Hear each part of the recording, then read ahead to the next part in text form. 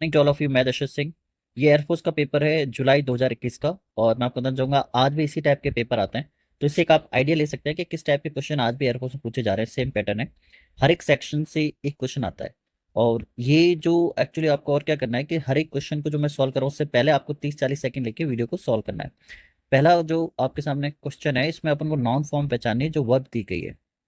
ठीक है, कंग्रेचुलेट का क्या मतलब होता है, किसी को बधाई देना। अब जब भी कोई नाउन होगा तो TION से आप पहचान लेना, जो ये शन साउंड होता है। ठीक है, TION, ये एक नाउन को पहचानने का तरीका होता है। ये भी वर्ब है, ये भी वर्ब है, ये भी वर्ब है, ये भी वर्ब है, पर ये नाउन है, बधाई। ठीक है, तो आपका आंसर क्या हो जाएगा? आपका आंसर हो जाएगा ऑप्शन नंबर सेकंड। ठीक है, नेक्स्ट क्वेश्चन अगर अपन देखते हैं, फिलिंग द ब्लैंक्स है। Besides his parents he dash also present at the function. एक होता है बिसाइड्स, इसका मतलब होता है इसके अलावा भी। ठीक है, जैसे मान लो आपने कहा यार मैं कॉलेज जाता हूँ, इसके अलावा मैं कुछ ट्यूशन क्लासेस भी लेता हूँ। किसी ने कहा यार मेरे पास एक कार है, इसके अलावा मेरे पास एक बाइक है। एक होता है बिसाइड जिसमें आपको लास्ट में एस नहीं होता है, उसका मतलब होता है अगला, नेक्स्ट। ठीक है, आपने कहा रवि मेरे से अगला बैठा है, नेक्स्ट, इसमें एस नहीं होता है। इसमें एस होता है तो इसका मतलब होता है इसके अलावा भी। तो बिसाइड्स हिज पेरेंट्स, के पेरेंट्स के अलावा ही वॉज ऑल्सो प्रेजेंट, क्योंकि ही लगा है तो वॉज आएगा। हैव ही के साथ आता नहीं है, हैड ही के साथ आता है, लेकिन वहां पे उपस्थिति की बात है तो वॉज आएगा, आई वॉज देयर। ठीक है, वर आएगा नहीं ही के साथ, तो आंसर हो जाएगा आपका। तो besides his parents he was also present at the function. देखिए वर क्यों नहीं आ सकता कि ही के साथ क्या होता है, वॉज आता है, सिंगुलर है, तो वर आ नहीं सकता। हेड तो जब आपके पास कोई चीज होती है, जैसे आपने कहा ही हैड अ बाइक, तब हेड लगाते हैं जब आप किसी चीज पे अपना अधिकार बताते हैं। हैव तो ही के साथ आता ही नहीं, डिड के साथ आ सकता है क्योंकि डिड के साथ फर्स्ट फॉर्म आती है। तो ही वॉज देयर। ठीक है, तो ऑप्शन नंबर वॉज हो जाएगा। ये भी फिलिंग द ब्लैंक्स है, इसमें आपको आर्टिकल पहचानना है। ये एक पोयम है, ठीक है, और ये फ्रेज की तरह काम करता है, तो इसका आंसर हो जाएगा a thing of beauty is a joy for ever. अगर आपके पास कोई अच्छी चीज है जो ब्यूटीफुल है तो हमेशा आपके लिए खुशी की बात है।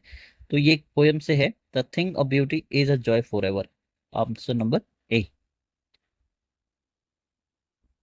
ये आपको वन वर्ड है ना, accident which results in death, मतलब ऐसी कोई चीज जो घातक हो, भयानक हो। ठीक है, तो फैटल, फैटल का मतलब होता है सीरियस, जानलेवा।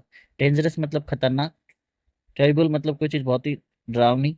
ठीक है, इंजurious मतलब कोई चीज हानिकारक। तो फैटल का मतलब होता है, फैटल काफी इंपॉर्टेंट वर्ड है, पहले भी पूछा जा चुका है। फैटल का मतलब होता है ऐसी कोई चीज जो प्राण घातक हो। इसमें भी आपको फिलिंग द ब्लैंक्स है। He will never pass test hard he may try. वो कभी पास नहीं करेगा कितनी भी मेहनत कर ले। तो नेवर तो आ नहीं सकता, वेन एवर जब भी नहीं, वॉट एवर तब भी कोई भी नहीं, how ever. He will never pass how ever hard he may try, वो कितनी मेहनत कर ले लेकिन वो यद्यपि सक्सेस नहीं हो पाएगा। ठीक है, अब इसमें आपको क्या करना है, जो नाउन दिया हुआ है उसकी प्लूरल फॉर्म पहचाननी है। तो हीरो दिया हुआ है, हीरो के पीछे ES लगता है। ठीक है, तो ये इसका आंसर हो जाएगा। फिलिंग द ब्लैंक्स है वापस with suitable word. Barking dog that's bite, जो कुत्ते भौंकते हैं। अब वो क्या अक्सर खाते हैं, नहीं खाते, कभी कभार खाते हैं। रेगुलरली का तो मतलब होता है जो काम लगातार चलता रहता है। रेयरली कभी कभार। सेल्डम का मतलब भी होता है कभी कभार, मतलब जो बहुत कम होता है। ठीक है, फ्रिक्वेंटली का मतलब जो कंटिन्यू होता रहता है, तो यहाँ पे सेल्डम आएगा। Barking barking dog seldom bite, जो भौंकने वाले कुत्ते हैं वो कभी कभार। ठीक है, इसका मतलब कभी कभी होता है, कभी कभार, कभी कभार ज्यादा सही आंसर है। ठीक है, रेली कभी कभी, कभी कभार का मतलब था सेल्डम, तो ये ऑप्शन ज्यादा इसके लिए बेटर है। अब इसमें आपको अपोजिट वर्ड चुनना है।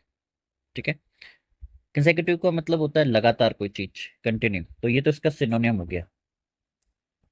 फॉलोइंग किसी का पीछा करना, सक्सीडिंग कामयाब होना, डिसकंटिन्यूस का आंसर हो जाएगा।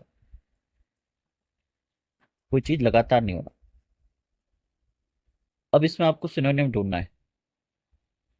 बेरन का मतलब कोई चीज जो उपजाऊ ना हो, जमीन हो गई। ठीक है, तो इसका सिनोनियम फर्टाइल हो जाएगा।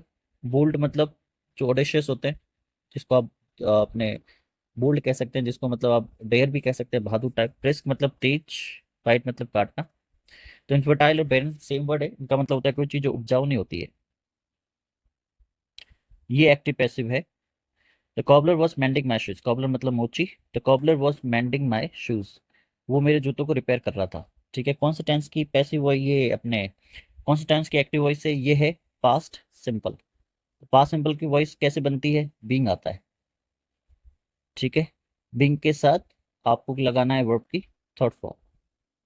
अब देखिए शूज अपना सब्जेक्ट बन जाएगा, शूज एक से ज्यादा है, वर आ गया, बीइंग भी सही है, mandate third form by the cobbler बिल्कुल सही है।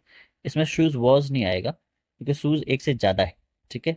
शूज वर मैंडेट, इसमें बीइंग मिसिंग है, ये भी नहीं होगा। शूज विल बी, विल का तो कोई मतलब ही नहीं है कि यहाँ पे वॉज लगा है। ठीक है। तो आंसर हो जाएगा इसका first, the shoes were being mended by the cobbler. अब इसमें आपको स्पेलिंग पहचाननी है इनमें से जो सही है।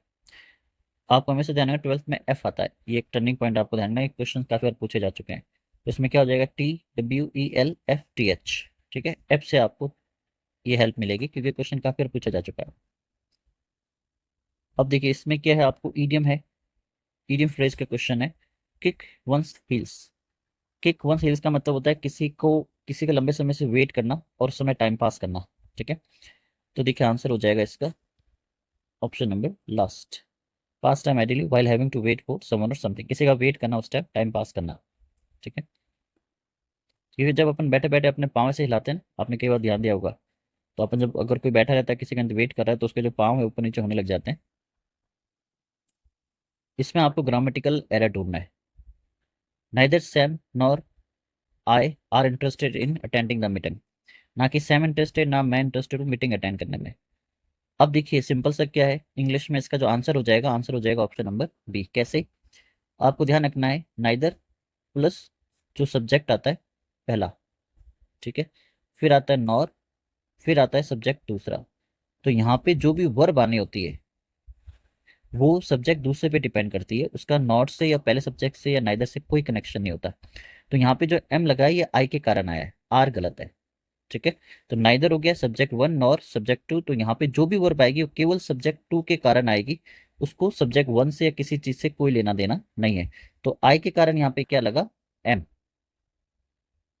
ठीक है। इसमें आपको प्रीपोजिशन पहचानना है।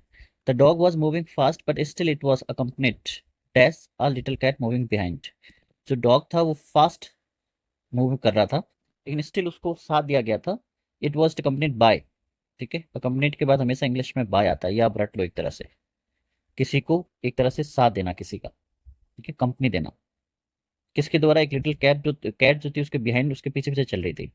ये डायरेक्ट इनडायरेक्ट स्पीच है। Ram said to me you can teach me. अब देखिए डायरेक्ट है ये, इसको इनडायरेक्ट में कन्वर्ट करना है तो आपको हमेशा ध्यान रखना है, सेड टू लिखा हुआ है तो इसका तो हो जाएगा टोल्ड। तो सेड टू मी का हो गया टोल्ड मी। ठीक है। और कैन का हो जाएगा, इसका हो जाएगा टोल्ड। अगर से टू मी होता, मान लीजिए सेज टू मी होता तो टेल्स टेल्स हो जाता है, ध्यान रखना है आपको। सेड टू मी का हो गया टोल्ड मी, कैन का हो गया कुड। ठीक है। कुड के साथ ही फर्स्ट फॉर्म आती है, तो देखिए Ram told me that, that तो आता है, आई कुड टीच हिम, ये सही लग रहा है। राम सेड, सेड गलत है, और कैन का कैन गलत है। Ram told me that, can गलत है, कैन का कुड हो जाता है। ठीक है। Ram told me that, can गलत है, तो आंसर क्या हो जाएगा, ऑप्शन नंबर फर्स्ट। आज भी इतने ही सिंपल क्वेश्चन आते हैं। अब देखिए इसमें आपको पीक्यूआर सेट करना है, तो बहुत सिंपल सा है, क्योंकि देखिए ना तो ये कोई सब्जेक्ट है ना ये कोई सब्जेक्ट है ना ये कोई सब्जेक्ट है, द मैनेजर से स्टार्ट होगा। ठीक है, the manager eight Sachin behaviour, अब मैनेजर तो ओके, फ्लैबरगास्टेड का मतलब होता है शॉक्ड। अब शॉक्ड है, कोई आश्चर्यचकित है, तो कोई सब्जेक्ट होगा वही तो आश्चर्यचकित होगा। तो मैनेजर हो गया फर्स्ट, एस। अब वो आश्चर्यचकित था जैसे आपने बोला आई वॉज शॉक्ड। ठीक है, तो पी हो गया, किस बात पे था, फ्लैबरगास्टेड के बाद क्या लगता है इंग्लिश में, एट। तो ये तो कंफर्म हो गया, मैनेजर अपना सब्जेक्ट है, एस आ गया, वो शॉक था, फ्लैबरगास्टेड मतलब आश्चर्यचकित था, किस बात पे था, सचिन के बिहेवियर को लेके। तो ये आपका सीक्वेंस हो जाएगा, SPQR। ठीक है, तो SPQR ये आंसर। तो इस टाइप की ट्रिक आपको क्या होता है कि सब्जेक्ट कौन है, प्रोनाउन नाउन कौन है, कौन सा प्रीपोजिशन है, ऐसी चीज़ें आपको ध्यान रखनी होती है। और रही बात पैसेज के, पैसेज के लिए मैं आपको अलग से क्लास लेके इनके जितने प्रोड्यूसर के पैसेज है वो मैं आपको सॉल्व कराऊंगा। चलिए, मुझे उम्मीद है जो पेपर है ये आपको समझ में आया होगा, सॉल्व आपने किया होगा। आज भी यही पैटर्न चल रहा है, बिल्कुल इसी टाइप के क्वेश्चन आते हैं। तो इंग्लिश में 20 में से 20, 17, 18, 19 लाना कोई बड़ी बात नहीं है। चलिए, कोई डाउट तो कमेंट करेगा, वीडियो को लाइक करेगा, चैनल सब्सक्राइब करेगा। Thank you for watching. Thank